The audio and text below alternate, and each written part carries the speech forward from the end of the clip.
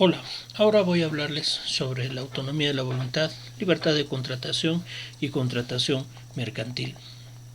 Revisando el diccionario de la lengua española, he encontrado que le han dado un significado a esta frase, ¿no?, que es autonomía de la voluntad.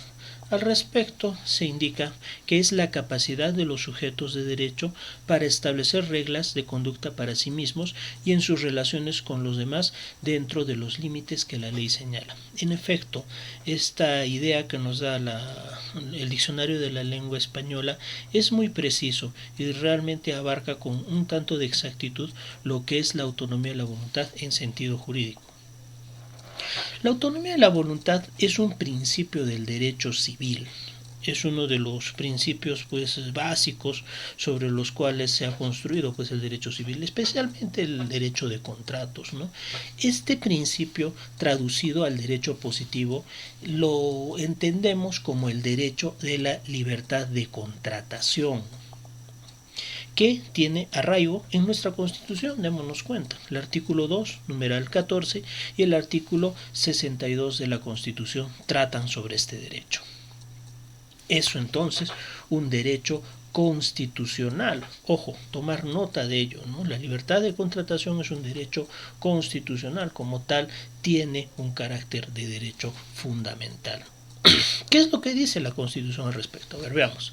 El artículo 2 señala: toda persona tiene derecho, numeral 14, a contratar con fines lícitos siempre que no se contravenga leyes de orden público.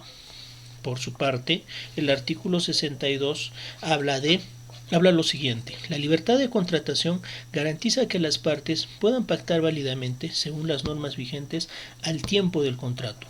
Los términos contractuales no pueden ser modificados por leyes u otras disposiciones de cualquier clase. Los conflictos derivados de la relación contractual solo se solucionan en la vía arbitral o en la judicial, según los mecanismos de protección previstos en el contrato o contemplados en la ley. A ver, ¿qué les podemos comentar al respecto, no? Conforme señala el artículo 62, nosotros podemos entender que el intervencionismo estatal en el contenido de los contratos, por regla general, está proscrito. ¿A qué me refiero? Si nosotros pactamos ahora, según el marco jurídico legal vigente a este momento, después, en adelante, una ley, una resolución administrativa no puede de ninguna manera modificar los términos contractuales que nosotros hemos pactado en ese momento. Esto significa no intervencionismo al contenido de los contratos. Es la regla que señala la Constitución, ¿no? En doctrina mucho se debate si esta es una regla que admite excepciones. Al respecto también hay opiniones doctrinarias en sentido de que podría, tal vez basado en cuestiones de orden público, de razones de moralidad, en fin, de razones que realmente se justifiquen, podría darse tal vez de manera excepcional el intervencionismo en el contenido de los contratos. Pero ojo, esas son opiniones doctrinarias. Todavía, de que yo tenga conocimiento, no hay un antecedente jurisprudencial al respecto, por lo que podríamos decir que esa regla general del no intervencionismo en el contenido de los contratos, señalada en el artículo 62 de la Constitución, sigue vigente y es la regla que debemos seguir por el momento. Ahora voy a hablarles sobre el contenido y límites de la libertad de contratación. En cuanto al contenido, debo señalarles que, por un lado, es libertad de conclusión, ¿no?, que es la facultad de decidir cómo, cuándo y con quién se contrata. El otro plano es la libertad de configuración interna, que es la facultad de determinar el contenido del contrato. Contenido que, dicho sea de paso, debe ser acorde, debe ser compatible con el marco jurídico vigente que regula ese contrato en términos específicos y en términos generales, ¿no? Estos dos aspectos constituyen lo que el Tribunal Constitucional ha dicho que es el contenido constitucionalmente protegido del derecho a la libertad de contratación, ¿no? Es el núcleo duro de ese derecho. Son estos dos planos. En cuanto a los límites de la libertad de contratación, debemos señalar que existen límites explícitos. ¿Cuáles son esos límites explícitos? Como por ejemplo, nosotros no podemos pactar a modo que el objeto o en sí la ejecución del contrato constituya un ilícito o algo prohibido por ley expresamente. Esos son los límites explícitos fáciles de entender, ¿no? Cuando nosotros contratamos y nos damos cuenta que ese objeto constituye un ilícito penal, entonces ahí estamos frente a un límite a la libertad de contratación, ¿no? Solo así entendemos, por ejemplo, que no es jurídicamente admisible un contrato de compra-venta, no sé, de 1 kilo de pasta básica de cocaína, ¿no? Se puede dar, sí, pero eso no está dentro del derecho. El límite un poco más difícil de entender tal vez son los límites implícitos, ¿no? Que en términos del Tribunal Constitucional son las restricciones del derecho de contratación frente a lo que pueda suponer la afectación de derechos fundamentales, derechos constitucionales o principios y bienes de relevancia constitucional.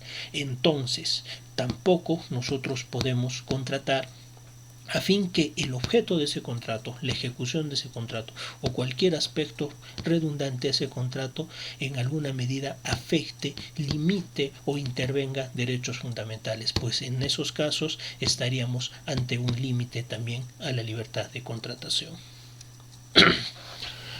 En cuanto al contrato, primero debemos señalar que el contrato es la unidad básica de intercambio, es el sinónimo legal del concepto económico, transacción, ¿no? Los economistas también estudian contratos bajo ese concepto, ¿no?, de transacción. A través de ello es que se da el comercio, ¿no? A través de los contratos es que se da el intercambio de bienes y servicios. Según el Código Civil, nuestro contrato es la unión de voluntades para crear, regular, modificar o extinguir relaciones patrimoniales, relaciones jurídicas patrimoniales, ¿no? El contrato se puede entender desde diversos planos, ¿no? Así, por ejemplo, el contrato lo entendemos como negocio jurídico. Como negocio jurídico, ¿por qué, no? Es el acto de autonomía de la voluntad por antonomasia. El contrato es la principal especie de negocio jurídico. ¿Y por qué negocio jurídico? Cuando nosotros contratamos, lo que buscamos son principalmente fines prácticos. Nadie contrata porque después, ante un incumplimiento va a ir donde un abogado para que le haga un juicio. No, si uno contrata es de repente para tomar alguna previsión, pero lo principal que nosotros buscamos cuando contratamos es eso, fines prácticos, porque yo necesito un carro, necesito que me construya una casa, necesito una chompa, necesito un celular, ¿no? La contratación es eso, ¿no? Es principalmente buscar fines prácticos, ¿no?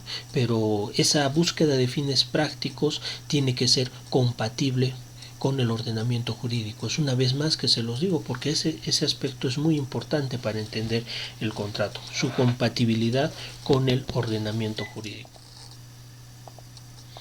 El contrato como documento debemos entenderlo desde un enfoque como la prueba, ¿no?, de ese acuerdo de voluntades. También, como regla de excepción, existen aquellos contratos solemnes donde el documento no es en sí la prueba, sino es el contrato en sí, ¿no?, que es la regla de excepción, ¿no?, en los llamados contratos ad solemnitatem, ¿no?, donde la ley exige una formalidad determinada bajo sanción de nulidad. ¿Y por qué bajo sanción de nulidad? Si es que no se sigue esa formalidad, entonces ese contrato no existe. ¿Qué nos hace concluir? Que la formalidad es en sí, está transfundida al mismo contrato. El contrato, como también debemos entenderlo, como relación jurídica. En efecto, pues el contrato es una relación jurídica porque de él derivan obligaciones, ¿no es así? Es una relación jurídica obligacional. Nosotros, si contratamos, estamos estableciendo una relación jurídica con la contraparte, una relación jurídica que implica pues un hacer, un no hacer, un dar, implican prestaciones que en caso no se cumplan, la otra parte, si se encuentra afectada, está habilitada para, bueno, activar el ordenamiento jurídico a fin de que se cumpla lo prometido o, bueno, pues se atengan a las consecuencias establecidas por el ordenamiento jurídico ante determinados incumplimientos, ¿no?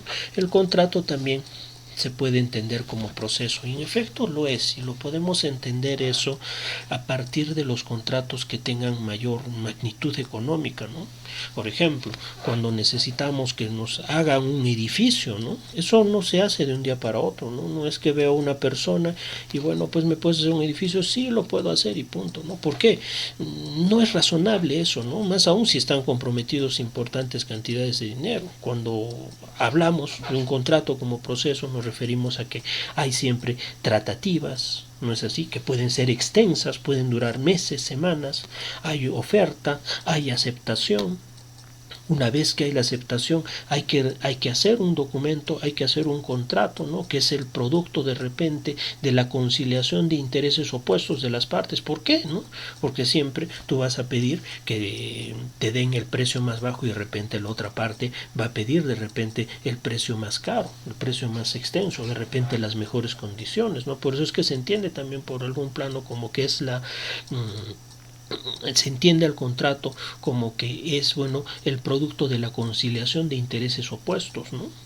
Es otra idea más. También, a ver, una vez que hacemos el contrato, hay una fase de ejecución contractual, puede ser extensa, puede ser corta, pero sí hay esa fase de ejecución contractual, la cual culmina con la aceptación, con la formalidad, pues que da de repente las partes respecto a la prestación que se ha dado, que ha dado la otra parte, ¿no? Démonos cuenta que el contrato también es todo un proceso, así es como también se puede entender al contrato. En cuanto a la contratación mercantil, bueno, podemos decir de que esta presenta algunas diferencias respecto a lo que llamaremos pues la contratación tradicional, ¿no?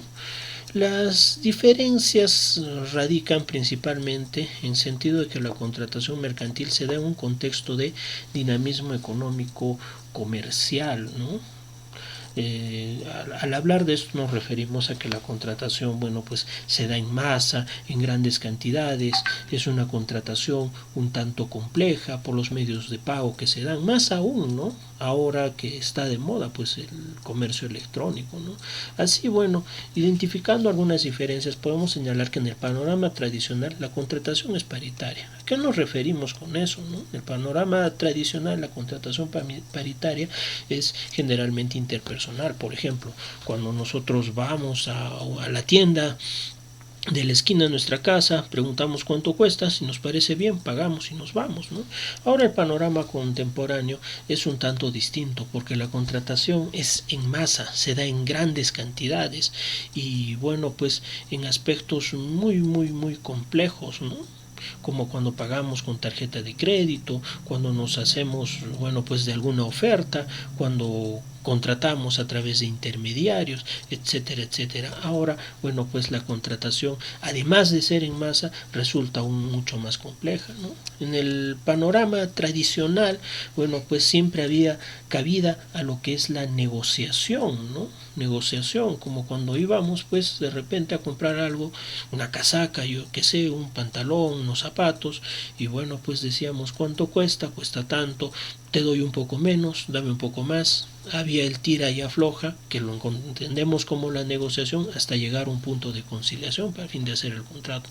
En cambio, en lo que es pues el panorama contemporáneo, ese margen de negociación está reducido casi a cero, porque las transacciones generalmente se dan por cláusulas generales de contratación o contratos también por adhesión, que ponen a la otra parte en la condición pues de aceptar o no todos los términos preestablecidos por la otra parte. Por ejemplo, cuando nosotros contratamos una tarjeta de crédito, cuando nosotros compramos tal vez medicinas, ¿no?, de algunas tiendas grandes, ¿no?, o cuando compramos en tiendas por departamentos, casi todas esas contrataciones están sujetas a cláusulas generales de contratación o contratos por adhesión, ¿no?, temas que vamos a ver más adelante, ¿no? En cuanto a la formalidad contractual, ¿no?, bajo el panorama tradicional, bueno, pues si se contrataba, generalmente se hacía pues un rito, un formalismo, tal vez un documento. Ahora, bueno, pues estamos en el tiempo de lo que es la contratación electrónica, ¿no?, donde esas formalidades, esos ritos como que se están yendo a un lado. En resumidas cuentas, podemos decir que la contratación mercantil principalmente se diferencia de la contratación tradicional porque se da en un contexto de dinamismo económico, ¿no? No obstante, debemos señalar que bajo la definición de contrato contenida en el artículo 1351 del Código Civil se rigen tanto los contratos tradicionales, compraventa, permuta, suministro, mutuo, hospedaje, entre otros, como también los contratos empresariales, que podrían encajar en la figura pues de lo que llamamos pues contratos mercantiles, como son el leasing, know-how, franquicia, licencia de uso, marca, etcétera, etcétera. En definitiva, ¿no?, todos los contratos, ¿no?, ya sean los señalados en el Código Civil como los contratos modernos, regulados pues en leyes especiales, por lo menos en lo que es partes general, la parte general está regulada por el Código Civil. Por tanto, la diferencia que debemos resaltar radica fundamentalmente, diferencia de la contratación mercantil, ¿no?, radica fundamentalmente en el contexto en que se desarrollan estos últimos, ya que están muy ligados al ámbito empresarial, ¿no? La contratación mercantil es la que hacen pues las grandes empresas. Esa de repente sería la diferencia respecto a la contratación tradicional. Es todo en cuanto a lo que es este video. Muchísimas gracias.